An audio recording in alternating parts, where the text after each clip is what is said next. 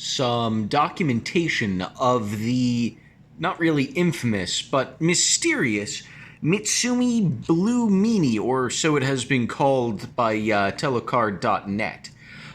To my knowledge, something like 40 or so of these switches were bought off of AliExpress by that Telecar guy, and then distributed out from there, and that has been the extent of these switches throughout all of human history. And that's all we've seen of them. So I have been very lucky to have one of them, and I'm going to share with you what I can of it so that you can hopefully live with the fact that you don't have one, because it's fine. It's really kind of shitty. It's very low travel. I want to show this. All right. That's the travel. That's the travel. It's got like 2 millimeters, and the bottom millimeter is mush. It is a little bit tactile, and I'll show you how that works. It's kind of like an integrated dome system. And that's, yeah, it's got a weird bar mount too, which I've not seen on Mitsumi before, but it is definitely a Mitsumi switch. At least based on the Mitsumi logo that you can see there on the bottom. That is Mitsumi. That is very clearly a Mitsumi logo. It may not be, good lord, focus, you little shit. It may not be clearly Mitsumi on the video, but in person, let me tell you, that's a Mitsumi logo.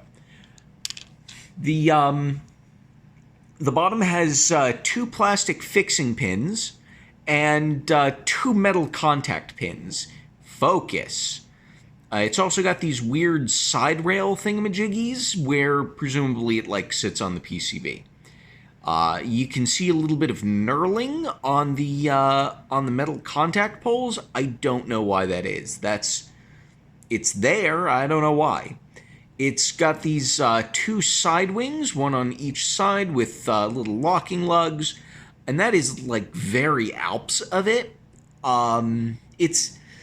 And those are part of the bottom housing, I think, and they attach to the top housing.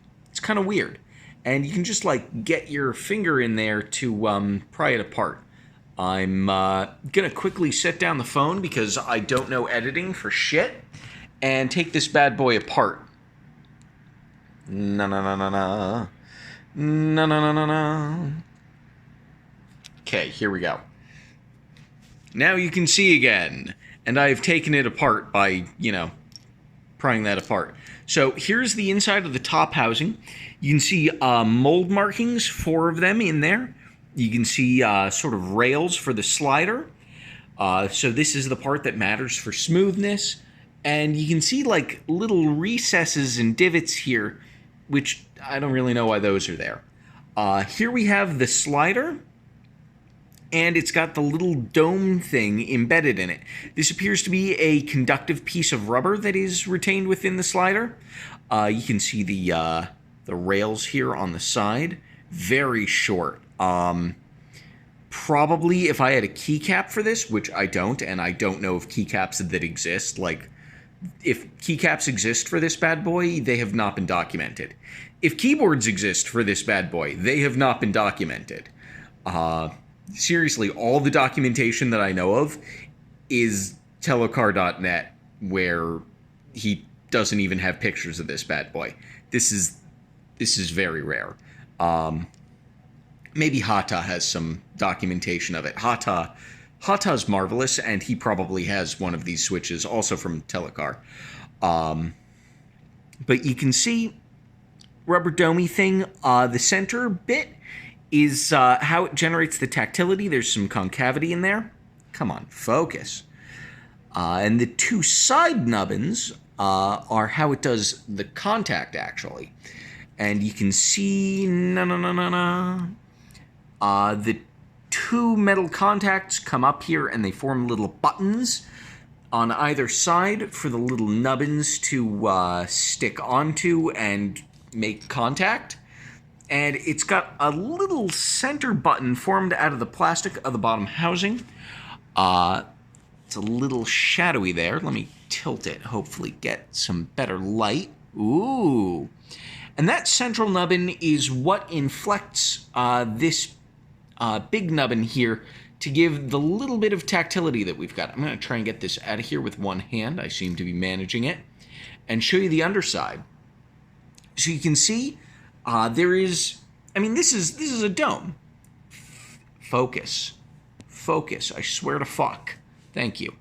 So you can see it's, well, it's hard to show off.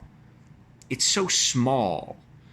But there's a little dome in there, and that buckles just like a regular dome. And that's where we get our smidge of tactility. We've got sort of these recesses on either side where it contacts the two legs, and that gives it a little bit of over travel. That over travel is mostly mush, but it is there. There is a little bit of over travel. The feel of this bad boy is generally pretty shit, but that's, you know, kind of to be expected. It latches this rubber bit into the slider by way of little recesses on either side. It's got the one recess here, and it's got the other recess here. It's sort of rotationally symmetrical, but it's not, you can't bisect it and have it be symmetrical, I think is how I would describe it. It's kind of neat. And it's got on the sides little nubbins, which I think it bottoms out on. I'm not sure if that adds to a firm bottom out or if it doesn't really bottom out. It's so hard to like get into the guts of this switch and like see how it bottoms out because of the weird construction of it. I think that is everything meaningful I have to say about this switch.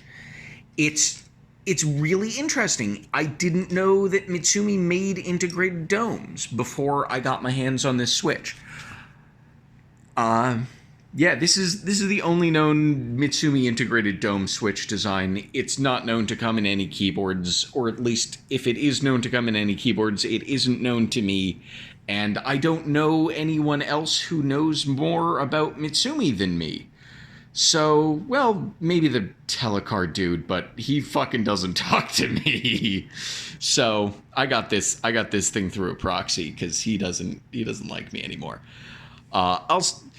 This is all I can think of to say about this switch as documentation goes. I hope this is helpful and fills you with envy for how I have such a cool piece of shit switch.